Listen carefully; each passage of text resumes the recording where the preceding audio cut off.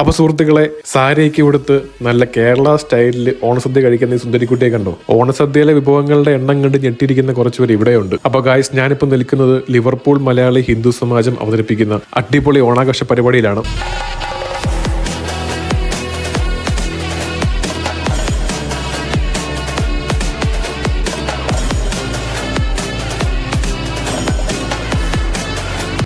ഒരു നിമിഷം ഞാനിത് UK ആണെന്ന് തന്നെ മറന്നുപോയി. അല്ലായിരുന്നു നമ്മൾ മലയാളികൾ കൂടിയ വൈബാണ്. പ്രത്യേകിച്ച് ഓണം കൂടായ അത് വേറെ ലെവൽ മൂഡായിരിക്കും. ഇതാണ് നമ്മൾ ഏറെ കാത്തിരുന്ന മെയിൻ പരിപാടി, ഓണസദ്യ കഴിക്കല്.